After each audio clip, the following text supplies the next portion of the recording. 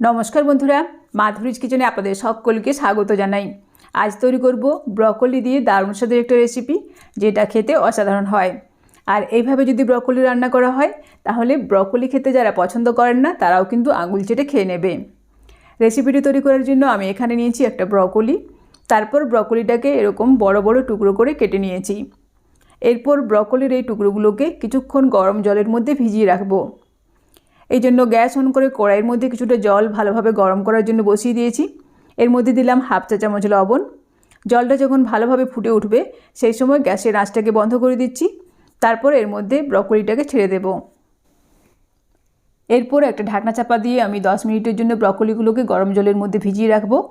এতে করে ব্রকলির মধ্যে আর কোনো রকম গন্ধ থাকবে না। এই সময় আমি পনিরটাকে কেটে নেব। আমি এখানে 200 গ্রাম পনির নিয়েছি। পনিরটাকে আমি চৌকো টুকরো করে কেটে নিচ্ছি। আমি মিডিয়াম সাইজের চৌকো টুকরো করে কেটে নিচ্ছি। আপনারা আপনাদের পছন্দ মতো যে কোনো সাইজে কেটে নিতে পারেন।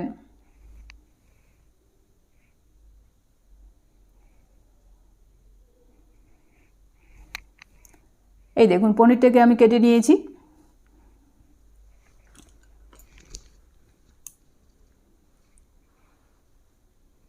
এদিকে 10 মিনিট পর ঢাকা খুলে নিচ্ছি। তারপর ব্রকলির টুকরোগুলোকে গরম জল থেকে ছেঁকে একটা পাত্রের মধ্যে তুলে রাখছি।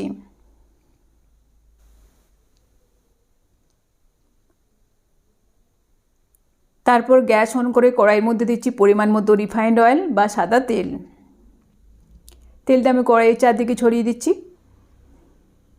তেল ভালোভাবে গরম হয়ে যাওয়ার পর এর মধ্যে পনিরের টুকরোগুলোকে ছেড়ে দিচ্ছি। তারপর মিডিয়াম আঁচে পনিরের টুকরোগুলোকে হালকা করে ভেজে নেব।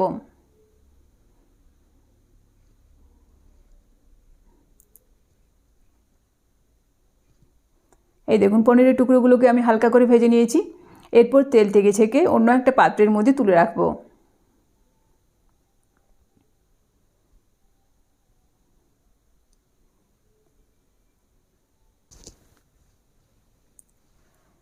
তারপর কড়াইয়ের মধ্যে যেটুকু তেল রয়েছে তার মধ্যে ফোড়নের জন্য দিচ্ছি হাফ চা চামচ গোটা জিরে আর দেব পরিমাণ মতো কাঁচা লঙ্কা কুচি। তারপর ফোড়নটাকে কিছুক্ষণ সময় ধরে ভেজে নেব।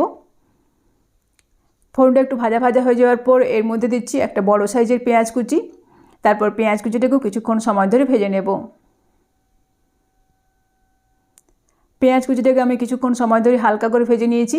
এরপর এর মধ্যে দিচ্ছি 1 চামচ আদা রসুন বাটা। তারপর এটাকেও কিছুক্ষণ সময় ধরে নাড়াচাড়া করে নেব, যাতে আদা রসুনের কাঁচা গন্ধটা চলে যায়।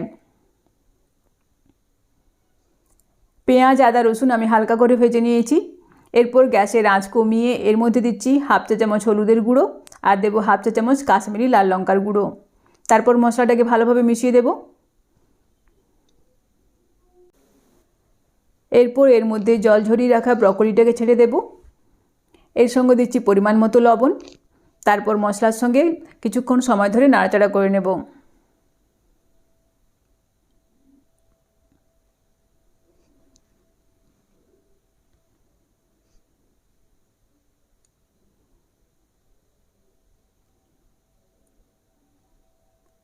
এরপর গ্যাসের আঁচ কমিয়ে একটা ঢাকনা চাপা দিয়ে মিনিট 5 সময় ধরে রান্না করব, যাতে ব্রকলিটা কিছুটা সেদ্ধ হয়ে যায়। 5 মিনিট পর ঢাকা খুলে নিচ্ছি। আবারও কিছুক্ষণ নাড়াচাড়া করে নেব। আর এই দেখুন, ব্রকলির থেকে কিন্তু বেশ অনেকটা পরিমাণে জল বেরিয়ে এসেছে। এই জল থেকেই কিন্তু ব্রকলিগুলো সেদ্ধ হয়ে যাবে। এর মধ্যে আলাদা করে আর জল দেবার প্রয়োজন নেই। এর মধ্যে দিচ্ছি একটা মিডিয়াম সাইজের টমেটো কুচি। তারপর এটাকেও নাড়াচাড়া করে মিশিয়ে দেব। এরপর গ্যাসের আঁচ কমিয়ে একটা ঢাকনা চাপা দিয়ে মিনিট 2 সময় ধরে রান্না করব। 2 মিনিট পর ঢাকা খুলে নিচ্ছি। তারপর গ্যাসের আঁচটাকে মিডিয়ামে করে আবারও কিছুক্ষণ সময় ধরে নাড়াচাড়া করে নেব। আর এই সময়ের মধ্যে কিন্তু ব্রকলিগুলো ভালোভাবে সেদ্ধ হয়ে গেছে। এরপর এর মধ্যে দিচ্ছি অল্প পরিমাণে গরম মশলার গুঁড়ো। তারপর আবারও নাড়াচাড়া করে মিশিয়ে দেব।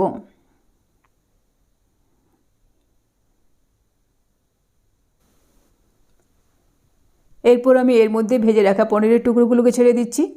তারপর আবারও ভালোভাবে মিশিয়ে দেব।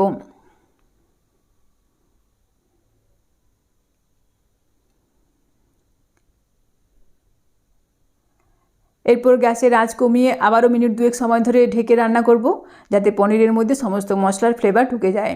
2 মিনিট পর ঢাকা খুলে নিচ্ছি।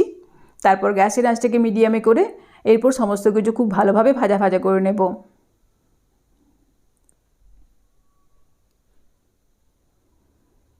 এর মধ্যে দিচ্ছি অল্প পরিমাণে ধনেপাতা কুচি। তারপর আবারও নাড়াচাড়া করে ভালোভাবে মিশিয়ে দেব। গ্যাসের আঁচটাকে মিডিয়ামে রেখে আমি আবারও কিছুক্ষণ সময় ধরে ভাজা ভাজা করে নেব। এই সময় আমি স্বাদটাকে ব্যালেন্স করার জন্য অল্প পরিমাণে চিনি এর মধ্যে দিচ্ছি। তারপর আবারও কিছুক্ষণ সময় ধরে ভেজে নেব। এখানে নুন ঝাল আপনারা অবশ্যই নিজেদের পরিমাণ মতো দেবেন। ব্রকলি দিয়ে তৈরি দারুণ স্বাদের সুস্বাদু এই রেসিপিটি আমার তৈরি হয়ে গেছে। এরপর গ্যাসের আঁচ বন্ধ করে দিচ্ছি। তারপর আমি এই ব্রকলি ফ্রাই একটা সার্ভিং প্লেটের মধ্যে ঢেলে নেব পরিবেশন করার জন্য। আপনারা দেখতে পেলেন আমি কিভাবে এই ব্রকলি ফ্রাই তৈরি করেছি। এভাবে আপনার বাড়িতে তৈরি করুন, আশা করছি আপনাদেরও ভালো লাগবে। ভিডিওটি ভালো লাগলে অবশ্যই একটা লাইক করবেন, বন্ধুদের মধ্যে শেয়ার করবেন এবং কমেন্ট করে জানাবেন। ভালো থাকবেন, সুস্থ থাকবেন। ফিরে আসছি নেক্সট পর্বে অন্য কোনো ভিডিওর সাথে। ধন্যবাদ।